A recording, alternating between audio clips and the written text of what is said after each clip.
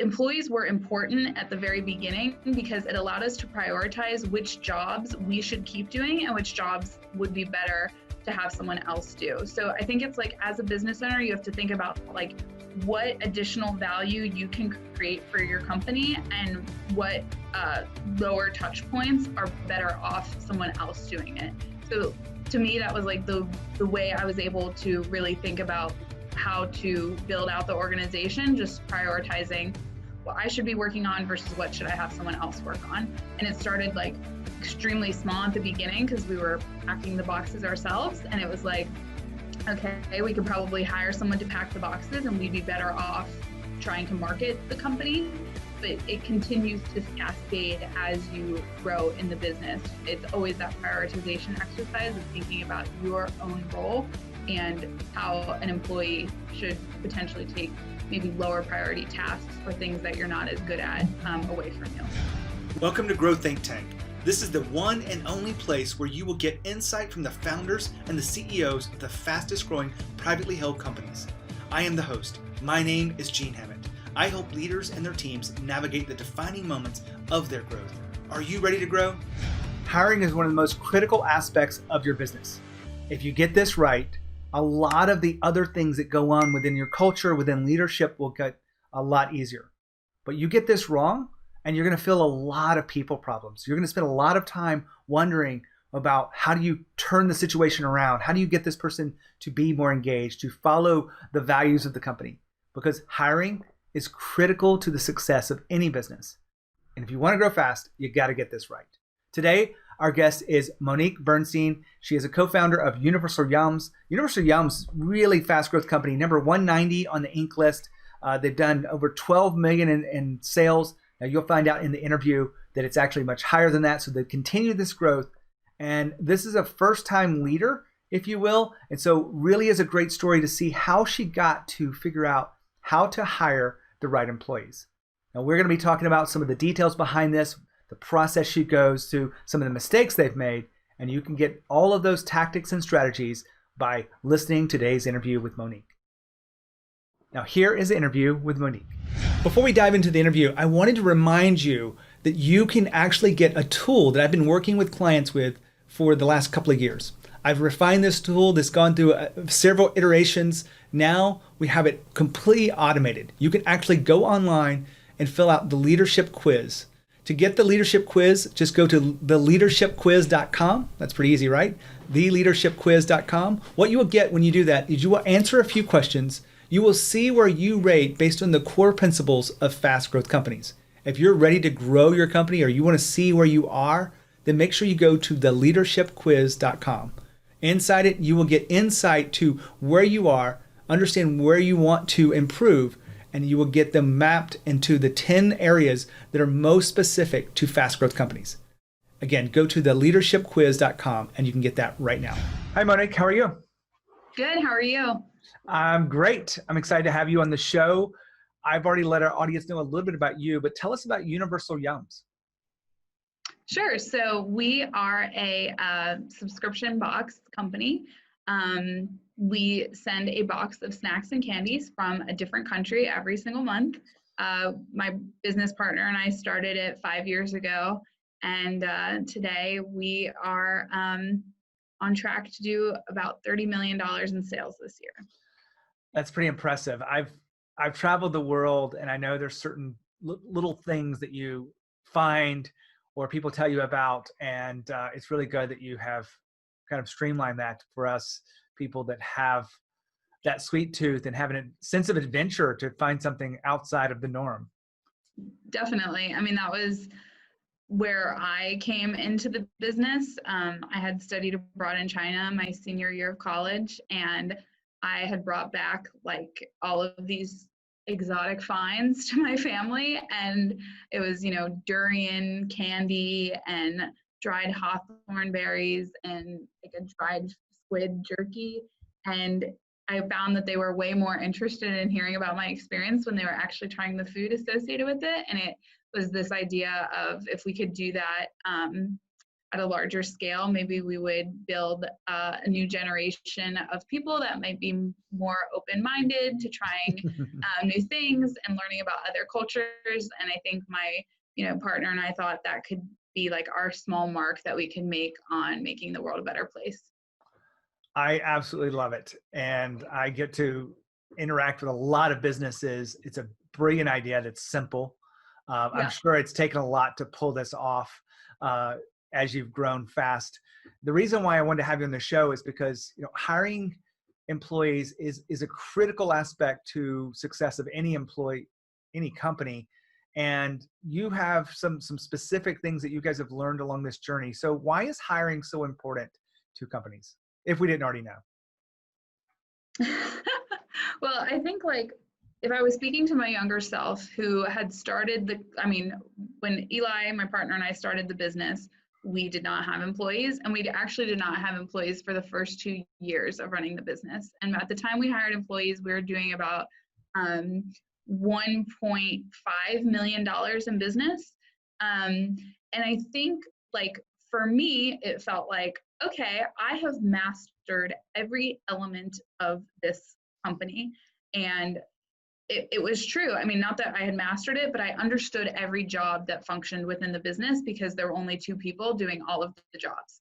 So employees were important at the very beginning because it allowed us to prioritize which jobs we should keep doing and which jobs would be better to have someone else do. So I think it's as a business owner, you have to think about what additional value you can create for your company and what lower touch points are better off someone else doing it.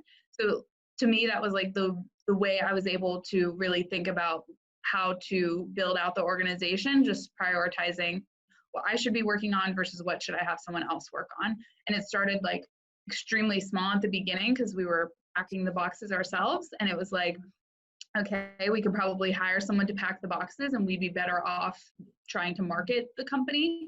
But it continues to cascade as you grow in the business. It's always that prioritization exercise of thinking about your own role and how an employee should potentially take maybe lower priority tasks or things that you're not as good at away from you. It's a constant challenge because a lot of the roles we have as leaders, they become our identity. And when you're wearing a lot of hats in the early stages, you think that maybe people can't do it better than you. So you don't hire until maybe it's, you're feeling the pain and stress of it. It gets a little bit easier once you realize that that's kind of false thinking, right?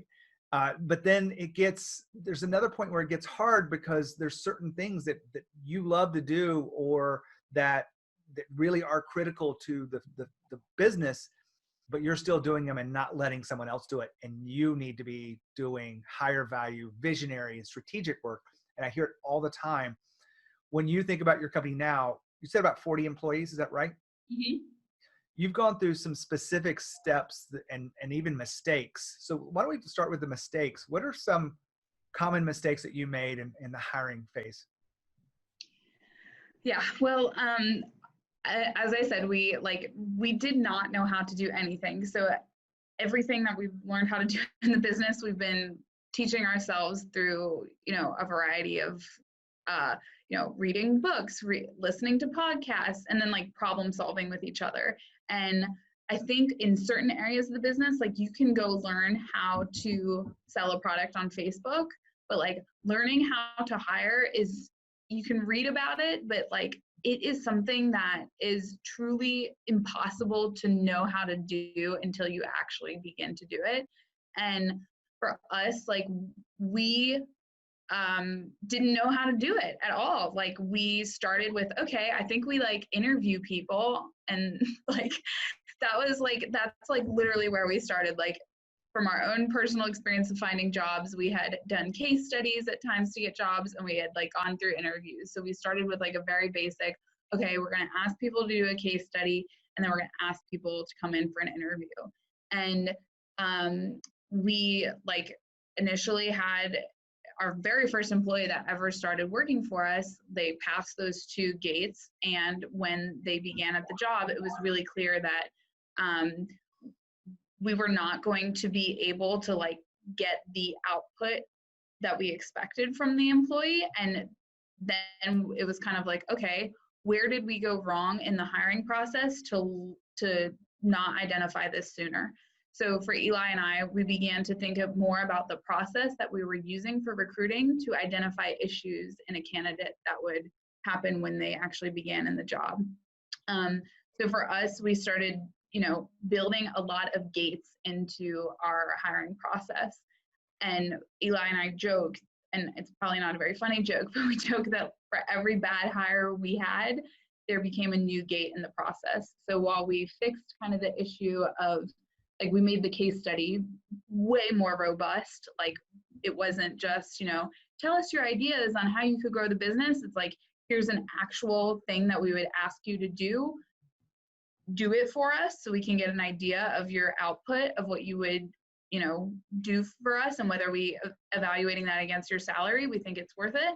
But then the new issue came up, someone would pass the case study, but we would go to lunch with them on their first day, and it was really clear that, like, whatever things that we had associated to nerves or jitters were actually like pervasive parts of how they interacted, and they we weren't going to be able to have the kind of interaction with the employee that we wanted.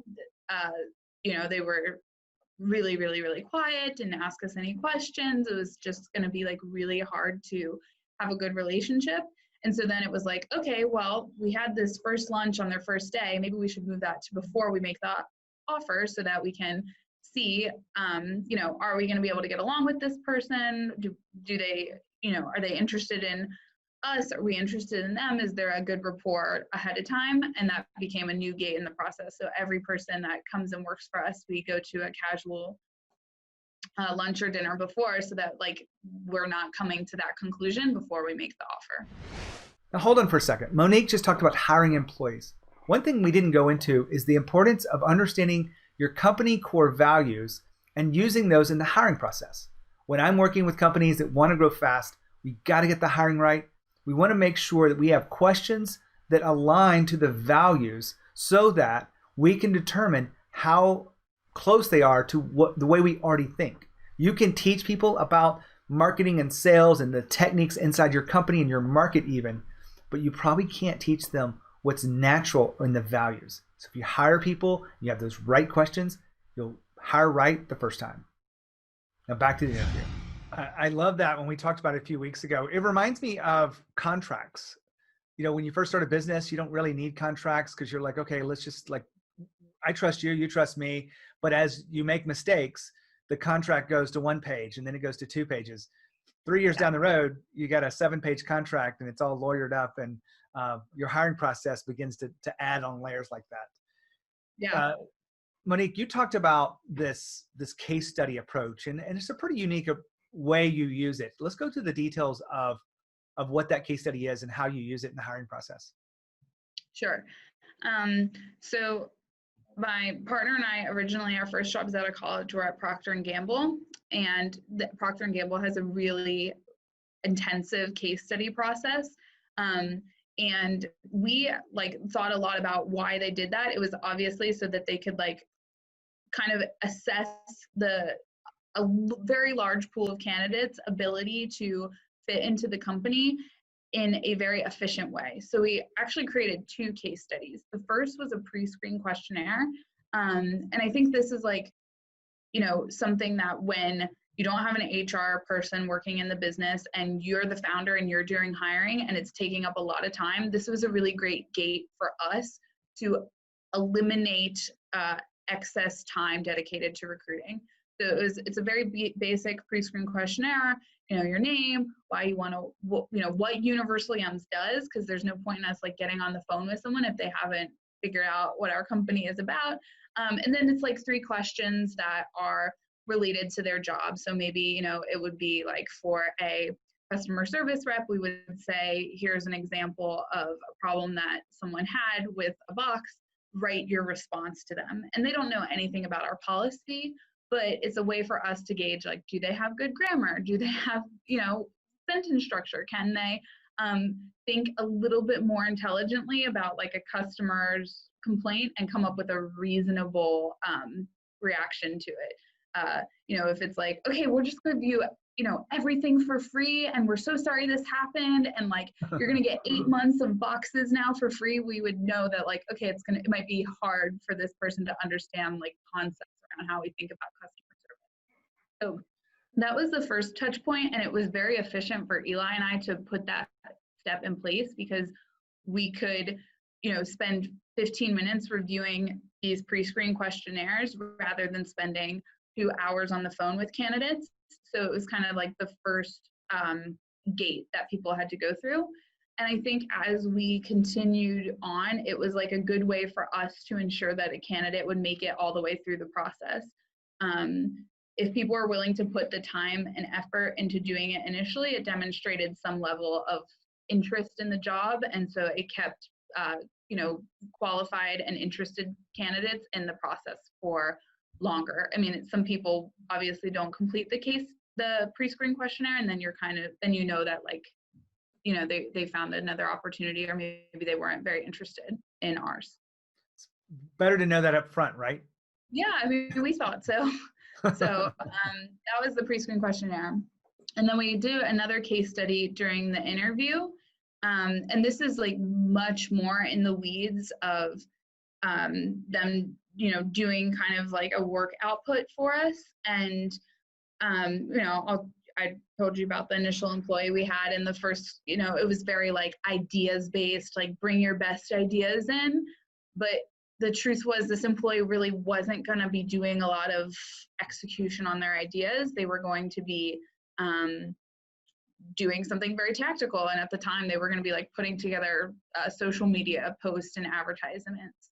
So then we changed the case study. So rather than like bring us your best ideas, it was like, okay, here's an iPhone. Here's a box. Take a photo of it and write the caption. And that's us being able to see how well are you going to be able to do this job that we've put in front of you. And for every position we have, we've condensed like what we think the essence of that person's job is and turned it into 3 separate questions of this case study. And it allows us to just see, okay, are our expectations of what we've seen from them from the pre-screen questionnaire and the phone interview, are these all things that we feel are accurately reflected in this case study, that we feel very confident that when we bring them on, they're actually going to be able to do the job? Yeah, I want to take us a little bit further away from this and go and look at you personally, Monique. You Sure. have learned this idea of leadership by under fire, right? Being in the trenches. And Yeah. I'd love to know, what are one defining moment that really stands out in your mind of where you had to change your own thinking so that you could continue to lead the company and lead all the people that you have? I would say I'm quite constantly on this journey, but reflecting back, I had an employee that was underperforming, and we brought them in to talk about some performance issues, and it turned into